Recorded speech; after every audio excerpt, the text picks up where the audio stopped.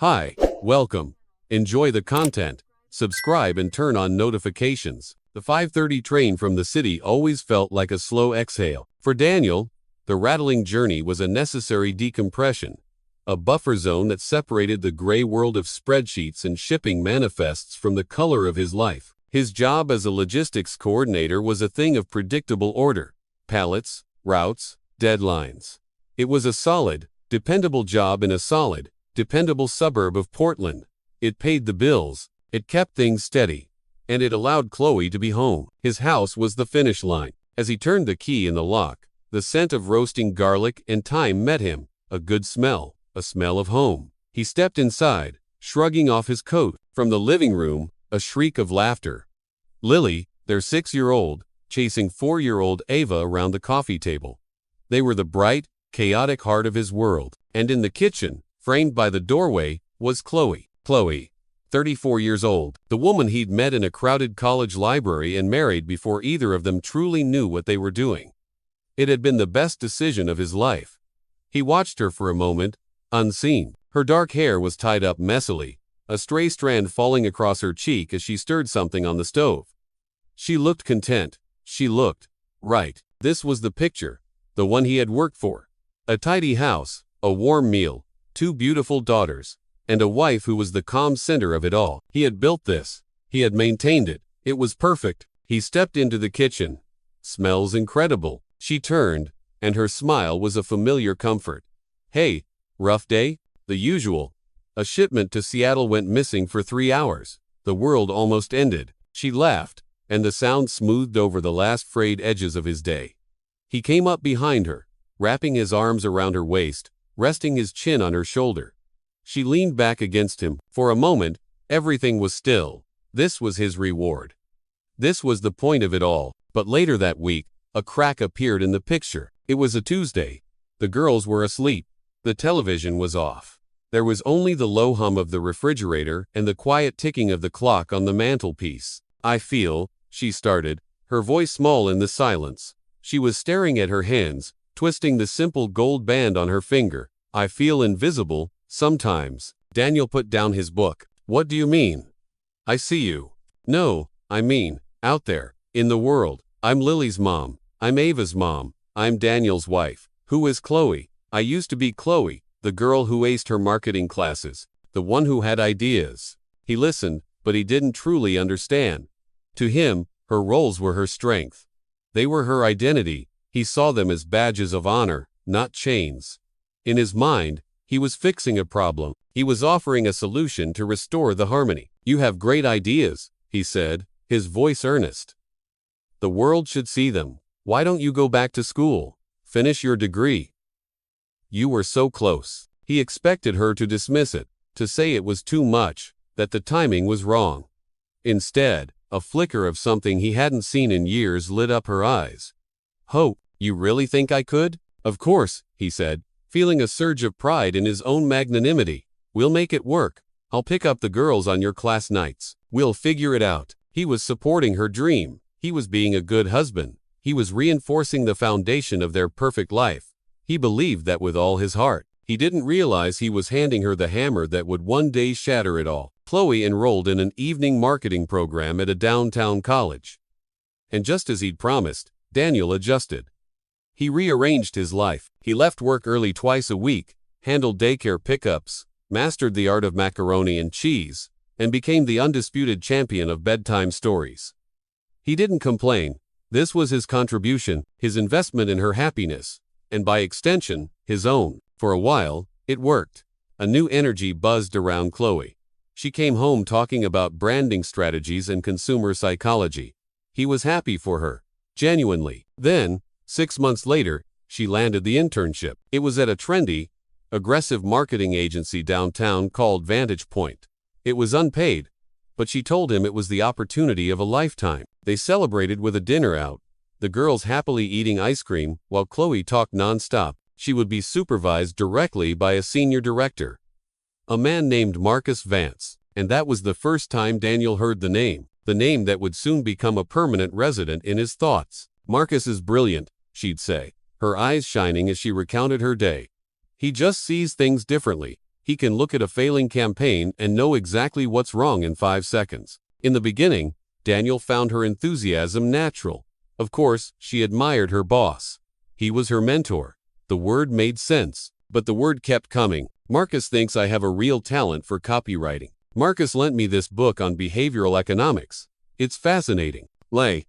Marcus told the funniest story in our team meeting today. Marcus. The name started to feel like a stone in his shoe. A constant, irritating presence. He started to compare. Marcus was brilliant. Daniel was stable. Marcus was dynamic. Daniel coordinated shipping routes. He found himself looking in the mirror more often, sucking in his stomach slightly, checking for new gray hairs at his temples. He told himself he was being ridiculous, insecure. Chloe was just excited about her new career. Then came the other changes. Small things. At first, she started waking up earlier, not just to get ready, but to prepare. There was a new, meticulous ritual involving makeup that he'd never seen before. She bought new clothes, sleek blouses, tailored pants. Things she called work appropriate, but she wore them with a different kind of confidence, a different kind of awareness of her own body. One evening, she came out of the bedroom wearing a new dress for a networking event. It was simple, black, and it fit her in a way that made Daniel's breath catch. A faint, unfamiliar scent trailed her, a new perfume. "Wow," he said, genuinely impressed. "You look amazing." "Thanks," she said, grabbing her clutch from the counter. "Have to make a good professional impression, you know." Professional impression for who? The small, ugly voice in his head whispered. He pushed it down. He had to trust her. Trust was the bedrock of their marriage, wasn't it? The distance between them grew, not in miles, but in inches. The inches on the couch, as she sat absorbed in her phone, a small, private smile on her lips, a smile he hadn't seen directed at him in months. When he'd ask what was so funny, she'd just wave a hand dismissively. "Oh, just a work group chat. So stupid." The inches in their bed became a chasm. Intimacy vanished. It wasn't a sudden stop, but a slow, painful fade to black. Her excuses were always plausible, always reasonable. "I'm just so exhausted, Dan. I have that huge presentation tomorrow. My mind is racing. I just need to sleep." He tried to be patient. He tried to be understanding. He told himself this was a phase, an adjustment period. He was a good husband, and good husbands were supportive. But as he lay in the dark, night after night, listening to the soft, even sound of her breathing, he felt a loneliness so profound it was like a physical weight on his chest. He was a stranger in his own bed, a ghost in his own home. And he was beginning to suspect that the life he thought was so perfect was nothing but a lie he had been telling himself. It was a Wednesday night in October. The rain was drumming a relentless, dreary rhythm against the window panes. It was the third time that week Chloe had said she'd be working late. An urgent project. A deadline moved up. Daniel went through the motions. He made chicken nuggets and apple slices for the girls.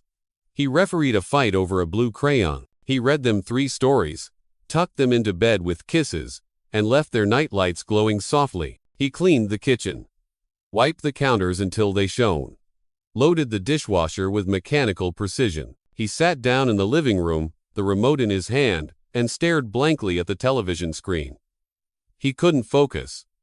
The silence in the house was immense. It was filled with his own anxious thoughts, circling like vultures. Around 10 o'clock, he heard it, a soft buzz. It came from upstairs.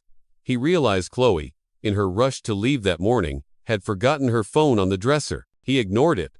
It was none of his business. A few minutes later, another buzz. Then, not long after, a third. He couldn't sit still any longer. A restless energy, a gnawing suspicion he had been trying to starve for months, finally took control. He went upstairs, his heart thudding against his ribs with a slow, heavy beat. The phone screen was lit up. It showed the lock screen, with message previews hovering like ghosts. The name at the top of the screen made the blood drain from his face. Marcus Vance. The first message preview read, "I can't wait to see you tomorrow." The second, "That hotel near the office is booked for us." The third, "You make my life so much more interesting." Daniel felt his blood turn to ice water. His hands were shaking so badly he could barely stand to look at them. He reached out and picked up the device. It felt unnaturally heavy, like a weapon. He knew her password. Of course he did. It was the year they were married. They'd never had secrets, or so he had thought. His thumb trembled as he swiped and entered the 4 digits. He opened her messages. He found the conversation with Marcus Vance, and his world ended. It wasn't a crack in the picture anymore. It was a complete and utter shattering. What he found was devastating. Months of it. Not just a few flirtatious texts, but a whole secret life. Plans for clandestine meetings disguised as work dinners, passionate declarations, inside jokes he didn't understand. And photos, provocative photos Chloe had sent him. Selfies of her in her car, biting her lip. Pictures of her in that black dress from the networking event. He scrolled, his breath coming in ragged, shallow gasps. You've never felt so alive, he thought, reading one of her messages to Marcus. So desired, so understood. He read Marcus's replies, praising her body, her intelligence, telling her she deserved so much more than what she had. More than him. Daniel had to sit down on the edge of the bed to keep from collapsing. His legs wouldn't hold him. The betrayal wasn't recent. It wasn't a one-time mistake. He scrolled back through the weeks. It had started just 3 weeks after her internship began. All those nights working late. All those urgent meetings. All those networking events. Lies. All of it. He kept scrolling until he found hotel addresses, dates, time. His mind, the one that was so good at logistics, began putting the pieces together. The night of his company's anniversary dinner, the one she'd missed because of a crisis at work. She had been with him. The Saturday she'd spent at a marketing seminar all day. She had been with him. Using his own phone, he took screenshots of everything. Page after page of filth and betrayal. He sent them to himself, a cold, methodical rage guiding his actions. Then, he deleted the evidence of his snooping, placed her phone back on the dresser, exactly where he'd found it, screen down. He went back downstairs. He turned off all the lights. And he sat on the living room couch in the total darkness. And he waited. The sound of the key in the front door lock, just before midnight, was unnaturally loud in the silent house. The door opened. A sliver of light from the porch cut across the dark hallway. Chloe stepped inside, turning to flick on the hall light. She gasped, her hand flying to her chest, when she saw his silhouette on the couch. Motionless, watching her. Daniel, you scared me. Why are you still up? Why are you sitting in the dark? He didn't answer right away. He just watched her. Watched as she hung up her coat, slipped off her shoes. She seemed uneasy under his silent scrutiny. A nervous energy radiated from her. Is everything okay? She asked, her voice softer now. Are the girls all right? The question, her feigned concern for their children, was a lit match on his last nerve. He reached over and switched on the lamp beside the couch. The sudden light made her blink. He pointed to the empty spot beside him. Sit down, Chloe. His voice was flat, devoid of any emotion he recognized. She frowned, but she obeyed, perching tensely on the edge of the cushion. About what? Dan, you're being weird. He pulled out his own phone. He opened his photo gallery. Without a single word, he showed her the first screenshot, the one with the hotel booking. The color drained from her face instantly. It was a shocking, visceral transformation. One moment she was his wife, the next she was a stranger caught in a lie. Her hands began to tremble, and she reached for the phone, as if she could snatch the reality out of the air. He pulled it away. Don't bother, he said, his voice a low, dangerous thing. I've read it all. Months, Chloe. Months, while I was home taking care of our daughters, while I was keeping this house running, while I rearranged my entire life so you could chase your dream. He let out a harsh, dry laugh that sounded like breaking glass. And was this the dream? Sleeping with your boss in cheap hotels while I waited up for you? The tears started then. Big, fat tears streamed down her face, and her words came out choked and broken. Daniel, I didn't want it to happen. It was a mistake. I was so confused. He made me feel special, valued. That word, valued, it broke something inside him. The last thread of restraint. Valued? The word was poison in his mouth. He stood up, unable to bear sitting next to her for another second. He paced the small living room like a caged animal. You destroyed our family. You lied to my face every single day. You looked our daughters in the eyes right after coming home from him. And your excuse is that he made you feel valued? He stopped and turned to face her. You know what hurts the most, Chloe? It's not even the sex. I can almost understand that. It's the lies. It's that you looked me in the eye, day after day, and pretended everything was fine. You kissed our girls goodnight before you left to meet him. You lived a complete, separate life and still had the nerve to come home and sleep in our bed, next to me, like nothing was happening. She slid off the couch, dropping to her knees on the rug, clutching at his legs. It was a pathetic, desperate gesture. Please, Daniel, forgive me. It was a terrible mistake. I'll end it. I'll quit the internship. I'll do anything. Please, don't let our family fall apart over this. He stepped back, repulsed by her touch. He looked down at the woman he had loved for more than a decade, and he felt nothing. Just a vast, cold emptiness. Our family is already over, Chloe, he said, his voice final. You ended it. You ended it the moment you chose to betray everything we built. He paused, a new, cold resolve forming in his mind. And no, he added, looking down at her crumpled form, you won't be the one to break it off with him. I'll do that for you. Daniel woke up before the alarm. Sleep had been a series of dark, troubled dreams. Chloe had spent the night in the guest room. He'd heard her muffled sobs through the wall for hours before they finally subsided into silence. He moved through the morning routine on autopilot. He made pancakes for the girls, cutting them into funny shapes just like he always did. He listened to Lily talk about her spelling test and helped Ava find her missing pink sock. He was their father, he was their rock. That, at least, was real. He dropped them off at school, forcing a smile as they ran towards the entrance.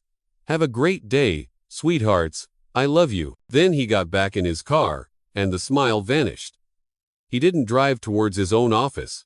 He drove downtown, towards the gleaming glass tower that housed Vantage Point Marketing. He arrived just before 9 a.m. The receptionist in the ultra-modern lobby looked up, her smile polished and professional. Can I help you? I need to see Jonathan Brenner, Daniel said, naming the senior partner Chloe had mentioned once. Do you have an appointment?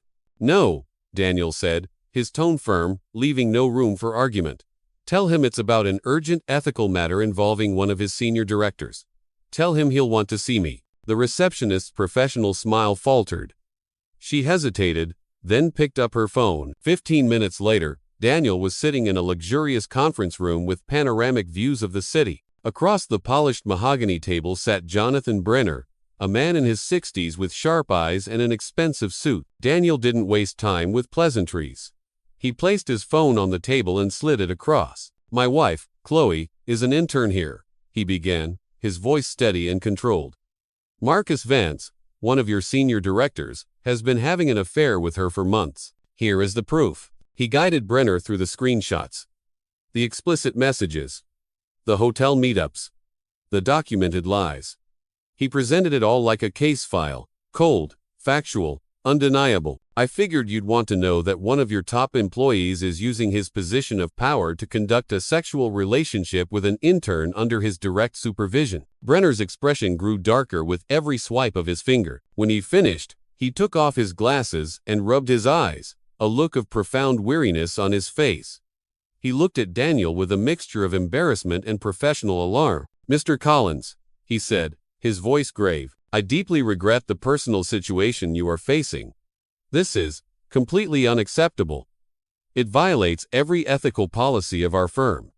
He looked Daniel directly in the eye. I will launch an internal investigation immediately. Mr. Vance will be suspended from his duties today, effective immediately. And your wife's internship will be terminated. The firm does not tolerate this kind of conduct. Daniel nodded slowly.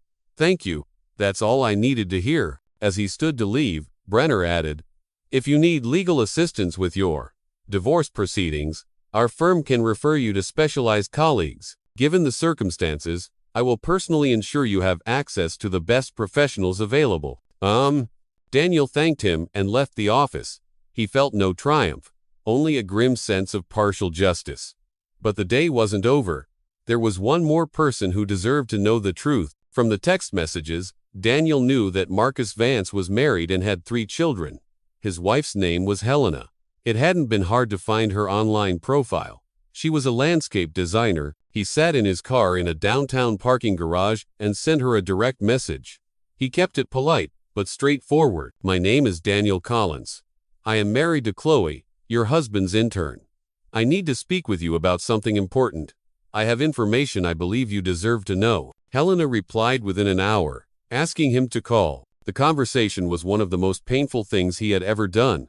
He shared everything, trying to keep his voice even, laying out the facts as gently as he could. The messages, the hotels, the dates. On the other end of the line, Helena listened in silence, punctuated only by the occasional heavy sigh or a choked-back sob. When Daniel finished, she spoke, her voice thick with emotion. I knew, she whispered. I suspected something. He's been so distant, strange, but I wanted to believe I was imagining things. There was a long pause. Thank you for having the courage to tell me. Most men wouldn't have. Daniel hung up the phone, a heavy weight settling in his chest. In the space of a few hours, he had detonated 2 marriages, 2 families. But he knew, with a certainty that chilled him to the bone, that the destruction hadn't started with him. It had started with the selfish choices made by 2 people who thought they wouldn't get caught.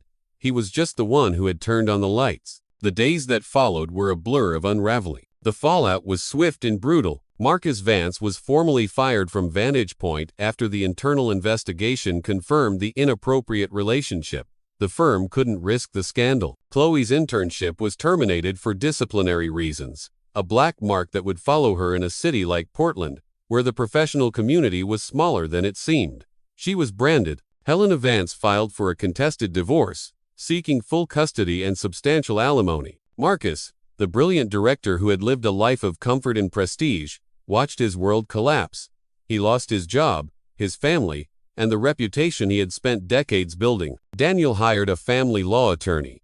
With the irrefutable proof he possessed, the divorce moved forward with grim efficiency.